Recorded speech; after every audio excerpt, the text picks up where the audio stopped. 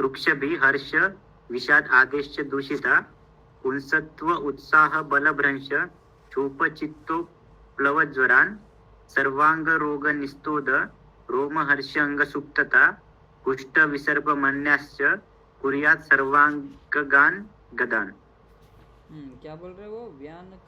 व्यान की गति सबसे ज्यादा होती है कि नहीं होती है? व्यान की गति सबसे ज्यादा होती है, इसलिए उन्होंने क्या बोला? अतिगमन करने से शरीर के अंदर सभी प्रकार की गतियां बढ़ जाएगी, इसलिए अतिगमन करने से क्या हो जाएगा? सबसे पहले व्यान वायु का प्रकोप हो जाएगा। और क्या बोल रहे? ध्यान करने से। अब ये ज्यादा ध्यान करने से, चिंतन करने से व्यान वायु का क्यों प्रकोप हो जा रहा है?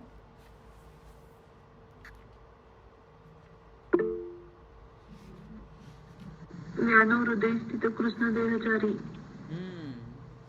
उसी वजह से लग रहा है वो। उदान में भी क्या है? मनोभ्रंश आया है, यहाँ पर अति ध्यान करने से व्यान का प्रकोप बोला है। मे भी ऐसा हो सकता है, अगर आप ज़्यादा सोचते हो कि नहीं, तो वो आपके शरीर के अंदर की बात की क्रिया बहुत ही ज़्यादा बढ़ जाती है, ज़्यादा थॉट्स आने लगते हैं, विचार करने लग जाते हैं अपन। तो मे भी उसी वजह से डायरेक्टली व्यान वायु का प्रकोप का एक कारण होता होगा। समझने में थोड़ा सा हार्ड है कि ये क्या है, ये प्राण वायु उदान वायु है कि आपको कुछ गुण धर्म पता चले क्या?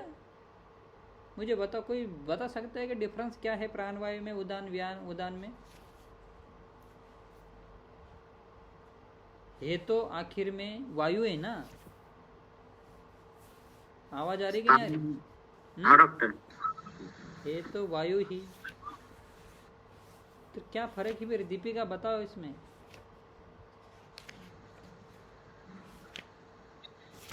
नहीं समझ रहे सर अभी। पर है तो वायु है ना, 5 प्रकार के। हाँ। पर मुझे बताओ फिर इसका ऐसा डिफरेंस क्रिएट करने का तात्पर्य क्या था? प्राण वायु है तो तत्र वृक्ष लघु शीत खरी है ना, प्राण भी वही है, उदान भी वही है तो वायु है ना। तो फिर अलग क्यों बताए इनको? 5 प्रकार अलग क्यों बताए? स्थान के अनुसार भी तो अलग अलग है ना। बर चलो, स्थान अलग हो गए, तुम्हें रोग भी पता चल गए, फिर क्या हो गया? कर्म भी अलग अलग है ना डॉक्टर, जैसे कि प्राण की अधोगति है, उदान की ऊर्ध्व गति है। हाँ, तो फिर क्या हो गया? उससे क्या होगा? क्या पता, क्या चलता है तुम्हें? चिकित्सा में क्या डिफरेंस ला रहे हो तुम? चिकित्सा में क्या डिफरेंस ला रहे हो तुम? चिकित्सा में भी डिफरेंस आएंगे ना, मतलब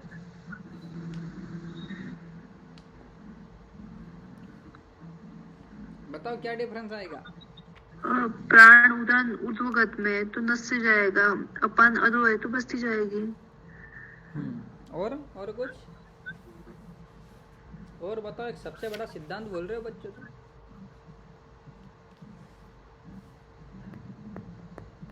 उदानम योजित ऊर्ध्वम वाला, वो वाला वाक्यादि वाला। और एक भूल गए तुम। हेतु हेतु हेतु तो छोड़ दो, चिकित्सा के अंदर क्या फर्क पड़ेगा? तुम सबसे बड़ा ये बोल रहे हो कि औषध भेषज काल, जो कि सभी लोग भूल जाते हैं। प्राण वायु का डिसीज हो गया तो कैसे देना है तुम्हें औषध? हाँ, कैसे देना है? कैसे? मुहुर मुहुर देना है ना। हाँ, मुहुर मुहुर देना है। उदान के कब देना है? निशी, रात के खाना खाने के बाद। और व्यान का सुबह के खाना खाने, सुबह के खाना खाने के बाद।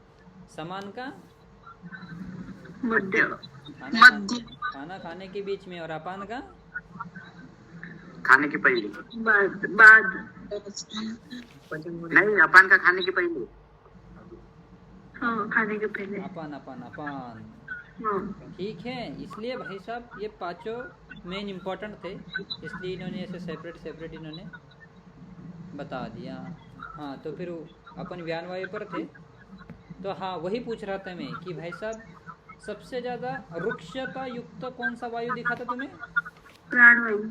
हाँ, उस दिन मैंने रुक्षता का सीक्वेंस बताया था ना, लिख लो वो। एक मिनट में।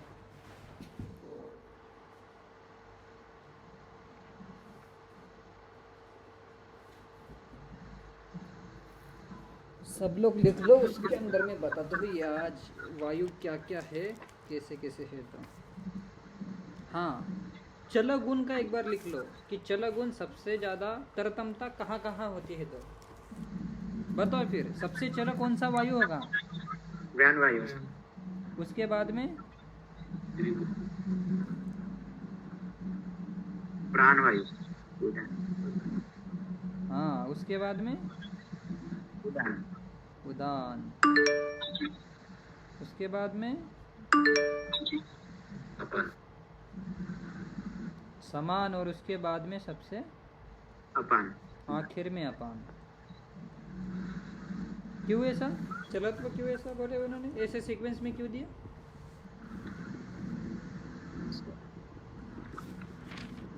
व्यान कृष्ण देहचारी। इसलिए सबसे ज्यादा चलत्व उसमें। एक बार ये भी लिख लो, लघुत्व का सीक्वेंस लिख लो, सबसे ज्यादा लघु कौन सा है। लघु व्यान ही होगा। सबसे लघु व्याणी है। उसके बाद में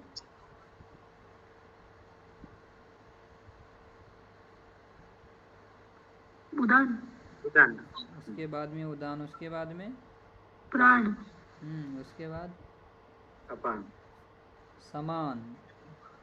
सबसे समान, क्योंकि अपान वायु के एक बार प्रकोप होने के हेतु पढ़ लो कुमरे। वृक्ष गुरु अन्न, गुरु अन्न से अपान का प्रकोप कैसे हो रहा है बच्चों, बताओ मुझे। गुरु अन्न से यानी कि गुरु गुण से अपान का प्रकोप हो रहा है। ये मैं नहीं, कौन बोल रहा है, वाग्भट जी बोल रहे हैं।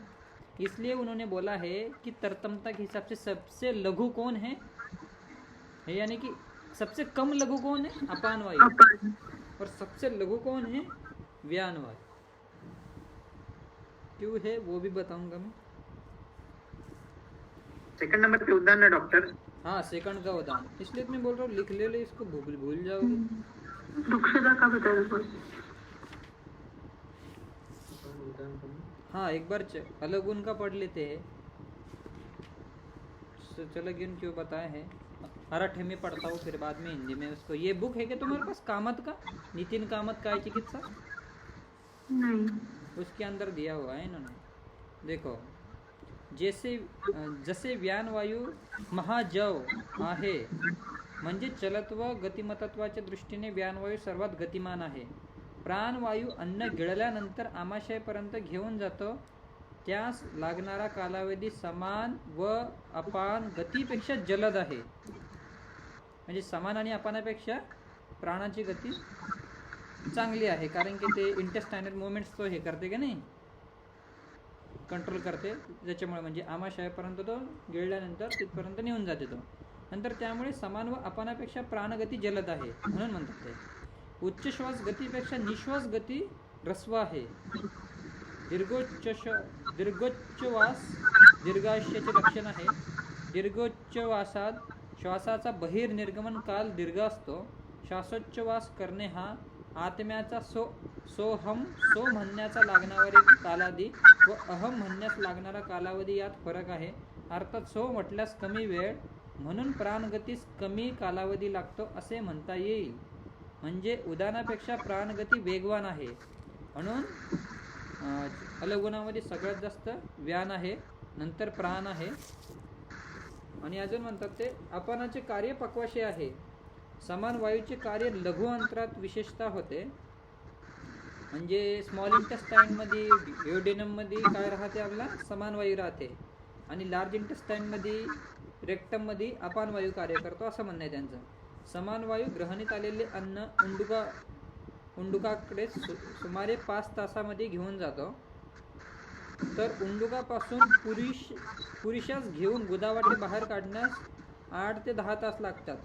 म्हणजे यानी कि उनका ऐसा कहना है, समान वायु जो है यानी कि एक बार स्टमक के अंदर फूड आ जाता है तो वो इधर से ड्यूओडेनम जेजुनम लार्ज इंटेस्टाइन तक जाते जाते 5 घंटे लग जाते हैं, और वहाँ से स्टूल बाहर निकालने में रेक्टम तक जाने के लिए 8 से 10 घंटे लग जाते हैं. इसलिए उनका ऐसा कहना है कि भाई सब समान का चलत्व ज्यादा है अपान से, अपान का चलत्व थोड़ा कम है, ऐसा चलगुण का उनका ये था। इसलिए व्यान हृदय के अंदर है, इसलिए सबसे ज्यादा तेज, उसके बाद प्राण, फिर स्टार्टिंग मूवमेंट भी कंट्रोल करता है, फिर बाद में उच्च श्वास का ये भी है, काम भी है, तो उदान, फिर बाद में समान और अपान, ऐसे अलग अलग उन्होंने बताए हैं। लघु गुण का भी वैसे ही है, लघु गुण का भी सुन लीजिए। अष्टांग हृदय जो बोलते हैं कि वात प्रकोप के विशेष लक्षण जो बोलते हैं, तो अपान का जो प्रकोप है ना, तो वो गुरु गुण के कारण होता है, इसलिए वो बोलते हैं कि अपान सबसे कम लघु है, ऐसा बोल रहे हैं। और सबसे ज्यादा लघुत्व इसमें आता है, क्योंकि सबसे गति जिसके अंदर ज्यादा हल्का है उसकी गति ज्यादा होगी, इसलिए वो बोल रहे हैं कि व्यान वायु है सबसे गति है। उदान की गति जो है ऊपर होती है, ऐसे बोलते हैं। अपान की अधोगति होती है। हाँ, अपान की गुरु गुण से प्रकोप होता है, इसलिए कह रहे हैं क्योंकि अपान की गति अधोगामी होती है कि नहीं, इसलिए वो अपान का प्रकोप बोल रहे हैं, क्योंकि जो गुरु गुण होता है अधोगामी ज्यादा होता है, और अपान की गति भी अधोगति है, इसलिए वो गुरु गुण के कारण अपान का प्रकोप बोल रहे हैं। ये समझ में आ गया क्या क्यों हो रहा है गुरु गुण के कारण? हेलो नहीं डॉक्टर, ईपी का तुमको समझ में आया कि गुरु गुण के कारण क्यों हो रहा है अपान का प्रकोप? हेलो, नहीं। अरे उनका कहना क्या है कि मुझे बताओ, तुमने एक आध गुरु अन्न खा लिया, गुरु गुण क्या ये कहाँ होते हैं? अधोगामी होते हैं कि नहीं? और अपान की गति कौन सी है? फिर गुरु गुण से क्या होगा? अपान प्रकोप होगा। समझ गए अब? कुमरे तुम समझे कि नहीं? हाँ डॉक्टर। अपान का प्रकोप गुरु गुण से कैसे होता है? यानी कि अपन अष्टांग को भाई सब डाउट में आ रहा था अपने को, पर अष्टांग कितना टैलेंटेड आदमी। पर डॉक्टर वो उधर आरंगवत वगैरह मधुर मधुर शीतों के वो भी गुरु है, तो करते ही तो ही फिर वो अपान का प्रकोप ही तो करते हैं वो। अधोगामी तो ऐसा बोल रहे वो, अपान की गति बढ़ने वाले। आरंगवत तो ऑपरेशन करवाता है ना, तो त्याचा स्वभाव है ना।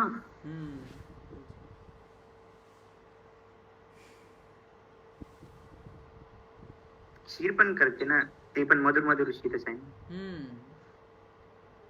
हो ना, वही तो बोल रहा हूँ। पर वो बोल रहे हैं कि भाई सब गुरु गुण के कारण अपान की गति बढ़ जाएगी, पर उसके साथ साथ में क्या होना चाहिए तुम्हारा?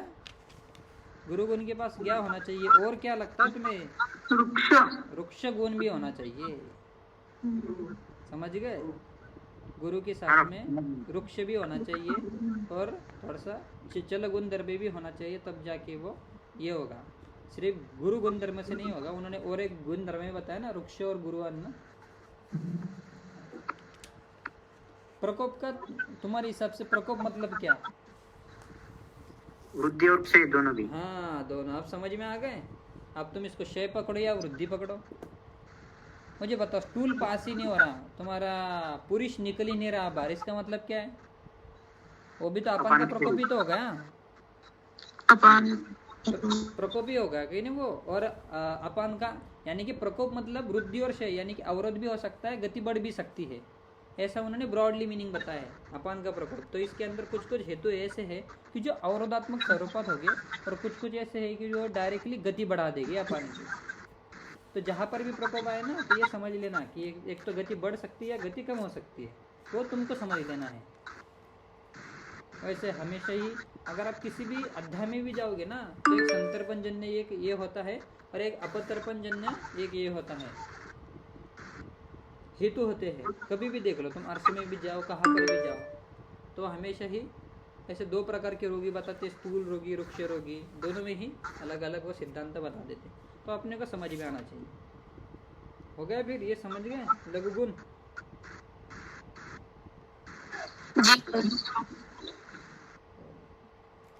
चलो आगे फिर से आ जाते हैं ज्ञान वायु के ऊपर। और क्या बताते हैं? ज्यादा क्रीड़ा करने से, विषम चेष्टा करने से। विषम चेष्टा से क्या समझते हो तुम? विषम चेष्टा बताओ बच्चों। श्रम से अधिक कार्य करना, क्या बोल रहे हो?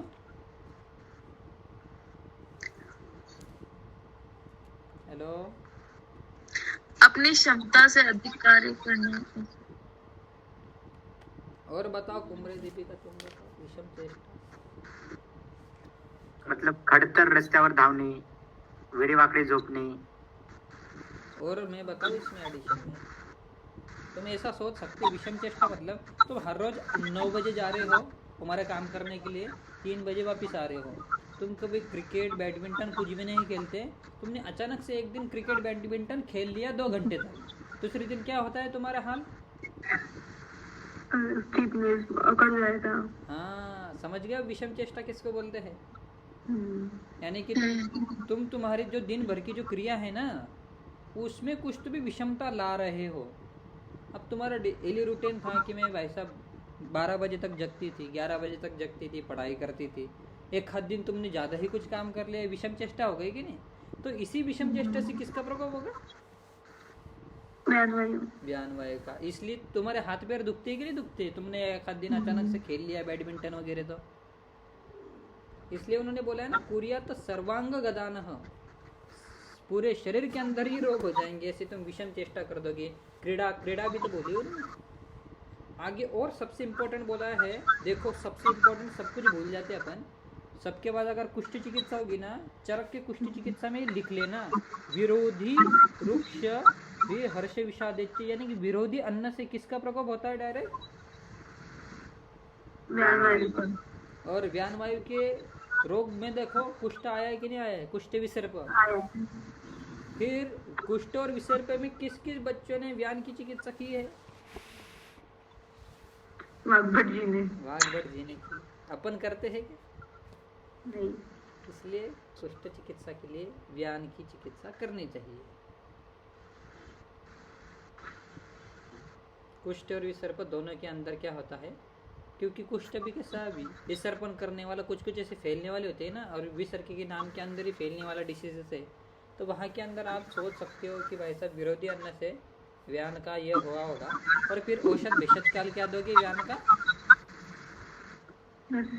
हाँ, दिन के खाना खाने के बाद में आपने को देना है।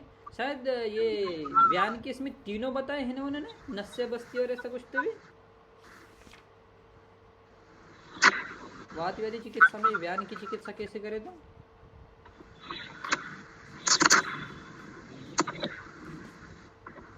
देख लो एक बार, वातव्याधि चिकित्सा में, व्यान की चिकित्सा में, व्यान में बताए समान में बताएं?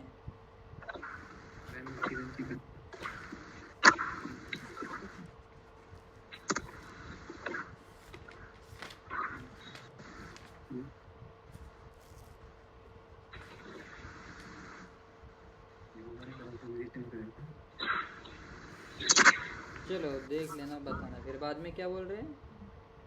ज़्यादा हर्ष करने से, विषाद करने से, ज़्यादा दिन भर एक ही चीज़ के बारे में सोचने से विषाद करने से भी वही है कि माइंड की गति ज़्यादा बढ़ जाएगी, व्यान की गति ज़्यादा बढ़ जाएगी, इसलिए व्यान का प्रकोप हो जाएगा। सबसे इम्पोर्टेंट ये मत भूलना है, विरोधी रुक्षाहार। फिर आगे बोल रहे पुंसत्व हनन, पुंसत्व शक्ति का रास। ये क्यों बताया इन्होंने? मैं भी बोलो। व्यान सर्व शरीरगत होता है ना, और शुक्र भी सर्व शरीर में होता है। और एक है ना शुक्र ओज, मुझे पता, शुक्र दोष के अंदर भी व्यान अपान का ऐसा कुछ तो भी है ना, सुश्रुत ने बताया। हो काहीतरी सांगितलंय। आगे बोल रहे उत्साहहीनता, ठीक है, उत्साह का भी नाश होता है। बल भ्रंश, ऑब्वियसली पूरे शरीर के अंदर ही कमजोरी आ गई तो बल भ्रंश होगा, शोभ भी होगा। चित्त उत्प्लव, ये एक सोचने वाली बात है, चित्तोत्प्लव क्यों बताया इन्होंने? मैं भी वही व्यान और अधिष्ठित अदय ही ज्यादा ध्यान करने से, विषाद करने से, विरोधी अन्न खाने से। और बताओ विरोधी अन्न से कौन सा व्याधि होता है? अपस्मार। हाँ, उन्माद सबसे इम्पोर्टेंट उन्माद होता है। और मधुभ्रंश और चित्तोत्प्लव में क्या क्या क्या? मनोभ्रंश और चित्त उत्प्लव। क्या डिफरेंस है उसमें?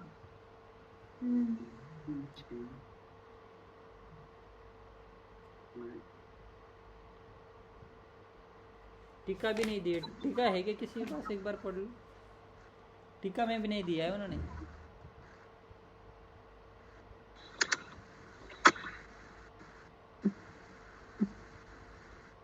चलो देखते हैं उसको, सोचते हैं।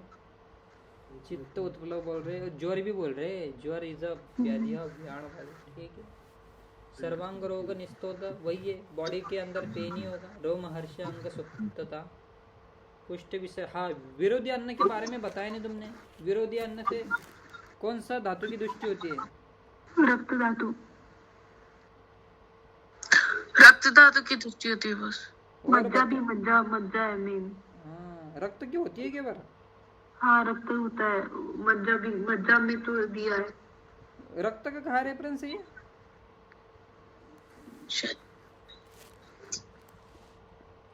काल मी एक लेक्चर ऐकलं होतं, वातरक्तावरच होतं, तर त्याच्यात सांगितलं होतं।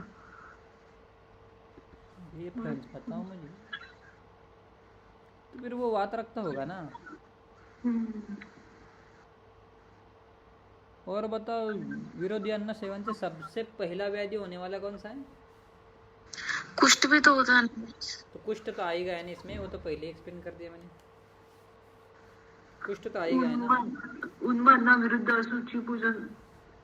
हाँ, उन्माद भी हो गया, कुष्ठ हो गया, मज्जा धातु का दृष्टि का लक्षण है। और चरक के जो ये है ना विरोधी अन्न, उसके अंदर भाई ने सबसे पहला डिसीज कौन सा बताया है? अंडे वगैरह पण आहे। अंडे तो ही पहला डिसीज बताओ मुझे। सबसे इम्पोर्टेंट है वो बच्चों। कुष्ठ विसर्प पीड़िका, रक्त कुष्ठ विसर्प पीड़िका नहीं, सबसे इम्पोर्टेंट देख लो ना। इतना बोलने से देख के बताओ। कुमरे तुम क्या कर रहे हो? कुमरे ऐसे जैसे बोलता हूँ ना मैं, फटाक से संहिता खोल के देख लेने का, तभी जाके पीजी के अंदर याद आता है। नहीं यार, उन्होंने वो बताया था। और ऐसे ही क्वेश्चन पूछते हैं वो।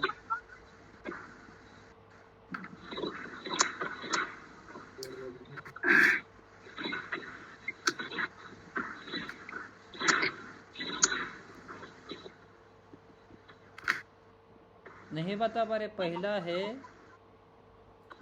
ये बताया उन्होंने, इनफर्टिलिटी बताई है उन्होंने। षंडता आती है, षंडता,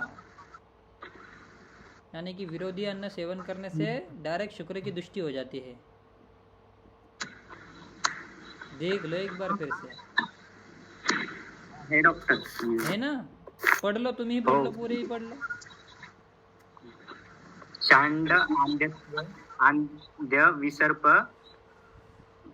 उदक दकोदरानां, विस्फोट उन्माद भगंधरानां, मूर्छा मद आत्मान गलग्रहानां, पाण्व विलास कुष्ठ ग्रहणी गदानां, शोत आम्लपित्त ज्वर पीनसानां, संतान दोषश्च तथैव मृत्यो विरुद्धमन्नं प्रवदति हेतु। अब एक पेशेंट बोल रहा है तुम्हें कि भाई साहब मैंने कभी तंबाकू नहीं खाई, कोई भी ऐसा विरोधी प्रकार का अन्न खाया नहीं, तब भी उसको कुष्ठ हो गया। तो इसका क्या मतलब हो गया? कुष्ठ विरोधी किया ही होगा उसने। पहले तुमको ये कंसेप्ट समझ में आया कि विरोधी अन्न मतलब क्या?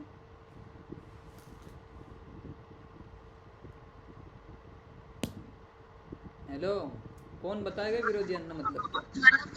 18 प्रकार के जो विरोधी अन्न बताओ, विरोधी मतलब क्या, विरोधी अन्न मतलब क्या? दीपिका तुम बताओ। विरोधी अन्न म्हणजे एक तर ते अपोजिट गुणांचं जर असेल ते तर आहेच, पण दोन स्ट्रॉंग गुणांचे जर सेम पदार्थ असेल ते पण विरोधी मध्ये जातात। सबसे कॉमन विरोधी आहार कौन सा करते हैं जो सब में दिख जाता है? हाँ, दूध आणि केळ। चलो वो तो भाई हर रोज नहीं खाते होगे, पर हर रोज करने वाले कुछ कुछ ऐसे महान आदमी मिल जाएंगे, बताओ। चाय की पहले पानी, चाय पानी। ओके, और बताओ।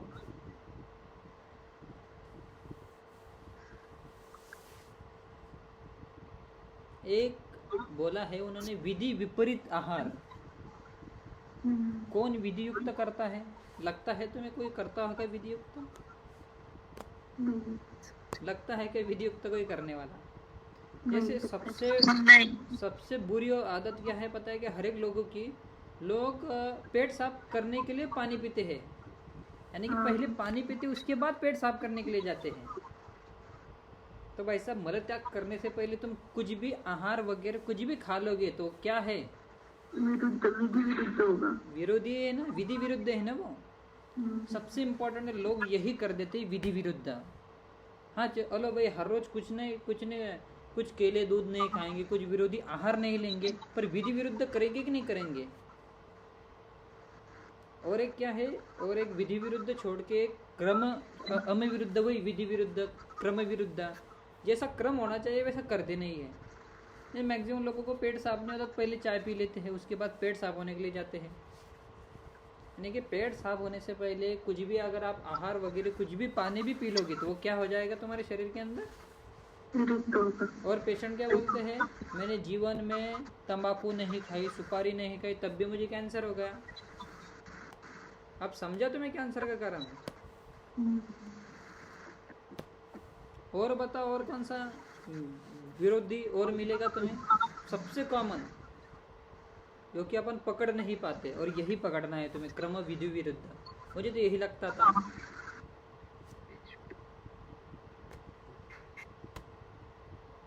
और है क्या किसी के दिमाग में कुछ?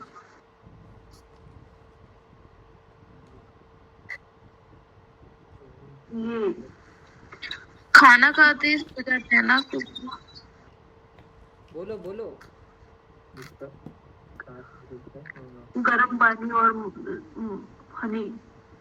हाँ, गर्म पानी और हनी भी बहुत सारे लोग पी लेते हैं। और कौन सा विरुद्ध? तोडले कंडिशन असताना ते विरुद्ध नाही होईल ना डॉक्टर? ठंडी में आइसक्रीम खाना। हाँ, ठंडे में आइसक्रीम खाना। हाँ, कुमरे क्या बोल रहे हो तुम? जे मध आणि गरम पाणी आहे ना, ते तोडल्यामध्ये तर विरुद्ध नाही होईल ना, कारण आपण चिकित्सेसाठी आपण देतो. तोडले मध्ये म्हणजे? तोडले मेदो तोड़ने में गर्म पानी के साथ बोला है मधु को? हो मध नहीं, गर्म पानी के साथ तो नहीं बोला यार। वो एक बार वो रेफरेंस आया कि अमन के अंदर तो, हाँ लिप्टन वाटर के लिए क्या पता, पर मैंने तो एक ही बार पढ़ा है कि भाई गर्म पानी के साथ मधु अगर तुमको देना है तो वमन के लिए देना है, क्योंकि वो बाहर निकल जाता है ना। बाकी तो उन्होंने क्यों बोला है गर्म पानी के साथ मधु नहीं पीने के लिए? दोनों भी उष्ण गुण के हो जाएंगे ना। पर तुम तो बोल रही थी मधु शीत है करके।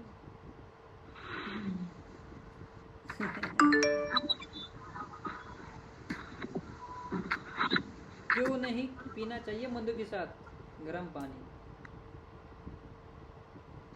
विष का काम करता है शायद। हाँ, तमन्ना पास में पहुंच गई।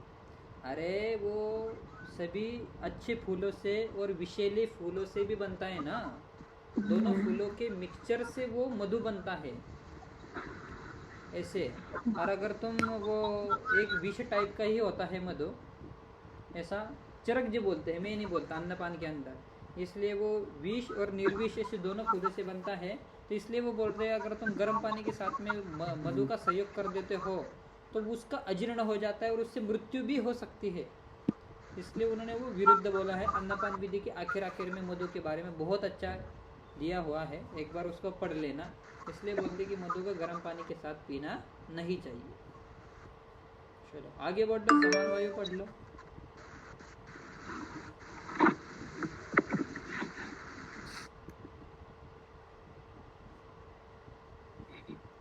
समान वाचू डॉक्टर. हाँ, समान बढ़ो। समानो विषम अजीर्ण शीत संकीर्ण भोजने करोति अकाल शयन जागर आदेश दूषित चूल गुल्म ग्रहणी आदीन पक्व आमाशय जान गदान। बस वही बोल रहे, समान वायु सबसे पहले क्या है, विषम भोजन। कभी 7 बजे खाना खा लिया, कभी 8 बजे, कभी 9 बजे, कभी 10 बजे। डॉक्टर साहब मेरे खाने का तो टाइमिंग ही परफेक्ट नहीं है, तो समान वायु तो दुष्ट होगा ही। इसलिए पहले डाइट का ये पूछ लो। मेन फिर बाद में बोल रहे हैं अजीर्ण, ठीक है, अजीर्ण के अंदर खाना खा लेना। शीत संकीर्ण भोजन, बासी खाना खाना, फ्रिज के अंदर रखा हुआ। करोति अकाल शयन जागृत, इम्पोर्टेंट यही है। कभी भी सोना, दिन में सोना, रात में जगना, रात में जगना, दिन में सोना, ऐसा अकाल शयन भी अगर होगा तो सबसे पहले ग्रहणी के ऊपर इफेक्ट होता है, समान वायु दूषित हो जाता है। और फिर उसके क्या होगा, चूल गुल्म ग्रहणी आदि न पक्व आमाशय का दान। बस पक्वाशय आमाशय के पूरे, शूल होगा, गुल्म भी होगा, ग्रहणी आदि के बहुत सारे रोग, उदर के रोग पूरे के पूरे हो जाएंगे। इसलिए उन्होंने समान वायु का ऐसे बोला है। बॉस लेकिन मतलब ऐसे जो दिवा शयन करते हैं उनको फिर रात्रि जागरण के लिए भी तो बोला गया है ना कहीं। करना ही क्यों है दिवाशन, क्यों करना है दिवाशन? दिन दिया है जागने के लिए जागो, रात दी है सोने के लिए सो जाओ। बस वो कुछ पेशेंट्स ऐसे मतलब होते हैं ना जो दिन में शयन करते हैं तो फिर उनको रात्रि में जागरण के लिए ऐसे इंडिकेशन। ग्रहणी दृष्टि होती है ना उनकी, ग्रहणी दृष्टि 101% हो जाती है। बस उन्होंने बोला है दिन में सोना किसको चाहिए, एक मेरे जैसा पुरुष आदमी और दूसरा बूढ़े आदमी, 2 ही आदमी सोने के लिए अलाउ है दिन में, जो कि हम भी नहीं सोते। बूढ़े आदमियों को सोना चाहिए वृद्धावस्था में, ये बात ही इतना ज़्यादा प्रकोप हो जाता है, नींद नहीं आती उनको, तो सोना चाहिए ऐसा कहते हैं। बाकी तो किसने भी सो लिया, कोई नाइट जॉब भी करता है तब भी उनकी ग्रहणी तो दृष्टि होगी ही होगी, तुम कुछ भी कर लो, समझ गए? नहीं सोना चाहिए। और एक सबसे बड़ा हेतु होता है, अपन पेशेंट्स को हेतु निकालते निकालते पूछना भूल जाते हैं कि भाई साहब जॉब क्या करता है। तो अगर वो बोल रहा है कि टीचर का जॉब है, तो उसको पूछने का कितने बजे खाना खा के जाता है, वो बोलता है कि 9 बजे मैं खाना खा के जाता हूँ, फिर मैं डब्बा घर से लेके जाता हूँ। अब ऑब्वियसली 9 बजे बनाया हुआ डब्बा वो 12-1 बजे खाता है तो वो ठंडा ही हो जाएगा। ऐसे शीत आहार सेवन करने से शरीर के अंदर कफ बढ़ेगा और पूरे कफज व्याधि हो जाएंगी, और कुछ भी हो सकती है, समान की व्याधि, अपान की व्याधि, कुछ भी हो सकती है। तो पेशेंट को ये भी पूछना है कि अष्ट आहार विधि के अनुसार वो आहार ले रहा है कि नहीं ले रहा है। उष्णम अश्नियात, स्निग्धम अश्नियात, है कि नहीं, तन्मना भुंजित, ऐसे पूरा के पूरा अष्टविध आहार भी उसको पूछना चाहिए कि वो खा रहा है कि नहीं खा रहा है। चलो आगे बढ़ लो। अपान वायु,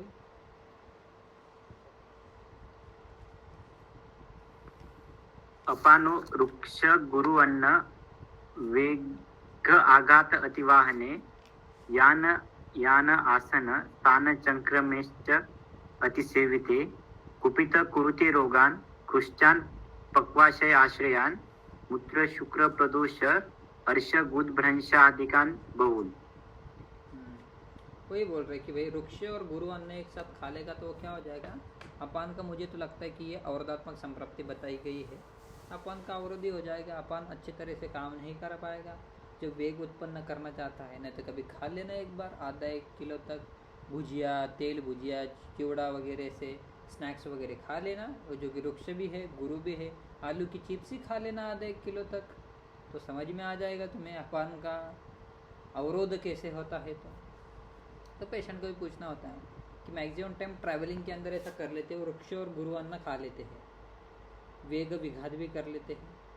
अति वाहन ज़्यादा प्रकार ट्रैवलिंग कर दिए तो अतिसार हो जाता है कि नहीं, उसी वजह से होता ही है कि बाहर तो गंदगी भी होती है और ज़्यादा बाद भी बढ़ जाता है, तो में भी हो सकता है। यान ज़्यादा देर तक एक ही स्थान में बैठने से कॉन्स्टिपेशन की प्रॉब्लम हो जाती है।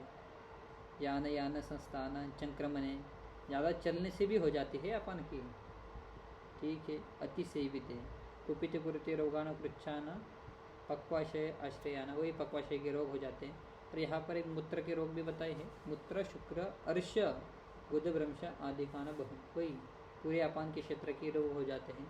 इसमें कुछ ज़्यादा कुछ एक्सप्लेन करने का है नहीं, सीधे सीधे ही बताए गए हैं। एक आम दोषच के पढ़ लो एक बार या अक्षर वाला श्लोक।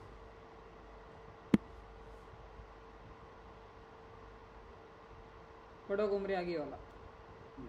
सर्वच मारुतम सामम तंद्रास्तेमित्य गौरवे विद्वत्व अरोचक आलस्य शैत्य शोक अग्निहानिभि कटुवृक्ष अभिलाषेन तद्विध उपशयेन च युक्तं विद्या निरामम तु तंद्रा आदिनम विपर्यय।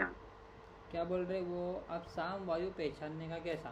तुम्हारे पास कोई भी पेशेंट आता है तो उसको पहले पूछो तंद्रा के जैसे लक्षण दिख रहे हैं कि तुम्हें उत्साह नहीं लग रहा है क्या, अनुत्साह लग रहा है क्या, ऐसा स्थैमित्य लग रहा है क्या, शरीर के अंदर से भारी भारीपन लग रहा है क्या, किसी को संदिग्ध बात है तो उसको पूछो भाई ऐसा शरीर भारी भारी लगता है क्या, उठने में जोर आता है क्या, स्निग्धत्व अरोचक है कि नहीं, अरोचकता है क्या, मुंह में ऐसा ज़्यादा गीलापन रहता है क्या, है कि नहीं, बार बार थूकने का मन करता है क्या, अरोचक यानी कि भाई किसी अन्न को देखते ही उसको अरुचि हो जाती क्या, खाने में मन नहीं लगता क्या, ऐसे बता रहे वो। आलस्य भी बोल रहे हैं,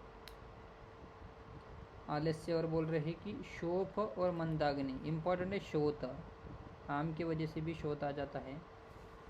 कटुवृक्ष अभिलाषेना, उसको तीखा खाने का मन हो रहा है कि सबसे पहले पूछने का, तीखा चटपटा खाने का मन होता है तो उसने हाँ बोल दिया तो समझ लो भाई ये साम वायु क्या पेशेंट है और उसको क्या करना है, तुम्हें पहले पाचन देना है। हे वायु, तब भी तुम्हें कटुवृक्ष देना है क्योंकि साम वायु हो जाता है, कभी कभार